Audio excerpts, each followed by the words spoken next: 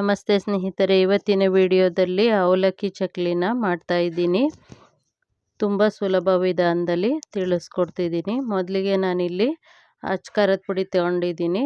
ಹಾಗೆಯೇ ಹಿಂಗು, ರುಚಿಗೆ ತಕ್ಕಷ್ಟು ಉಪ್ಪು, ಎಳ್ಳು ಮತ್ತು ಜೀರಿಗೆನ ತೊಗೊಂಡಿದ್ದೀನಿ. 1 ಕಪ್ಪು ಹುರ್ಗಡ್ಲೆನ ಪುಡಿ ಮಾಡ್ಕೊಳ್ತೀನಿ. ಅದೇ ಕಪ್ಪಲ್ಲಿ 2 ಬೌಲಷ್ಟು ನಾನು ಅವಲಕ್ಕಿನ ತೊಗೊಂಡಿದ್ದೀನಿ.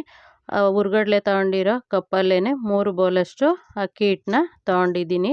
ಇವಾಗ ಹುರ್ಗಡ್ಲೆನ ಪುಡಿ ಮಾಡಿ ಜರಡಿ ಹಿಡ್ದು ಸೇರಿಸ್ಕೊಳ್ತಿದ್ದೀನಿ. ಇದನ್ನು ಎತ್ತಿಟ್ಕೊಳ್ತೀನಿ. ಆನಂತರ ಅವಲಕ್ಕಿನೂ ಪುಡಿ ಮಾಡಿ ಈ ರೀತಿ ಜರಡಿ ಹಿಡ್ಕೊಳ್ತೀನಿ. ದಪ್ಪ ಇರೋದನ್ನು ತೆಗಿತೀನಿ. ಅದನ್ನು ಚಕ್ಲಿ ಹಿಟ್ಟಿಗೆ ಹಾಕೋದಿಲ್ಲ. ನೀವು ಬೇಕಂದರೆ ಇನ್ನೊಂದು ಸರಿ ಪುಡಿ ಮಾಡಿ ಸೇರಿಸ್ಕೊಳ್ಳಿ.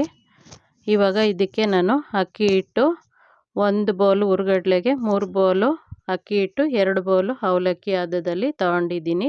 ಇವಾಗ 1 ಸ್ಪೂನು ಜೀರಿಗೆ, ಹಾಗೆ 1 ಸ್ಪೂನು ಬಿಳಿ ಎಳ್ಳು, ಹಾಗೆ ಅಚ್ಚ ಖಾರದ ಪುಡಿ ರುಚಿಗೆ ತಕ್ಕಷ್ಟು, ಹಾಗೆ ಉಪ್ಪು, ಇಂಗು, ಹಾಗೆಯೇ 1 ಸ್ಪೂನಷ್ಟು ನಾನಿಲ್ಲಿ ತುಪ್ಪನ ತೊಗೊಂಡಿದ್ದೀನಿ. ನೀವು ಬೇಕಿದ್ರೆ ಕಾಯಿಸಿರೋ ಎಣ್ಣೆ ತುಪ್ಪ ಬೇಕಾದ್ರೂ 1 ಸ್ಪೂನ್ ಹಾಕ್ಕೋಬೋದು, ಅಥವಾ ಬರೀ ಎಣ್ಣೆನೇ 1-2 ಸ್ಪೂನ್ ಹಾಕ್ಕೋಬೋದು. ನಾನಿಲ್ಲಿ ತುಪ್ಪನ ಹಾಕ್ಕೊಂಡಿದ್ದೀನಿ. ಅದನ್ನೇನು ಕಾಯಿಸಿಲ್ಲ, ಡೈರೆಕ್ಟಾಗಿ ಹಾಕ್ಕೊಂಡಿದ್ದೀನಿ.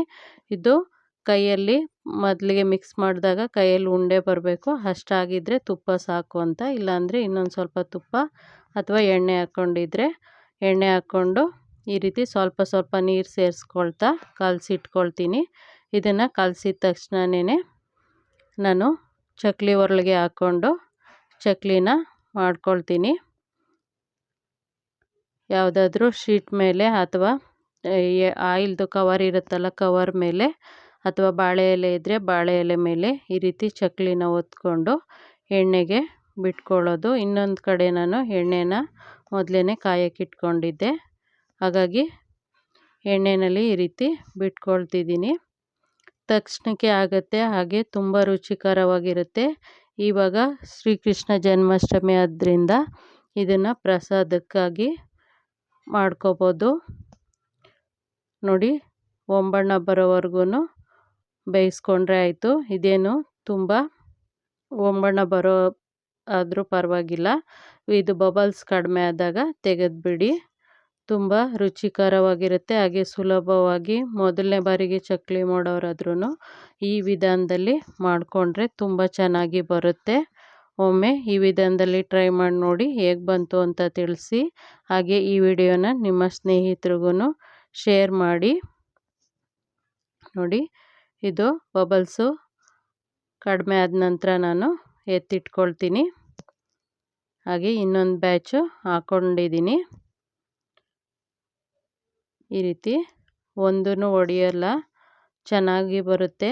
ಹಾಗೆಯೇ ತುಂಬ ರುಚಿಕರವಾಗಿರುತ್ತೆ.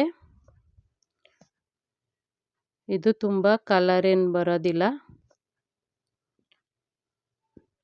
ಸ್ವಲ್ಪ ಈ ಬಬಲ್ಸ್ ಎಲ್ಲ ಕಡಿಮೆ ಆದ ತಕ್ಷಣ ತೆಗೀರಿ.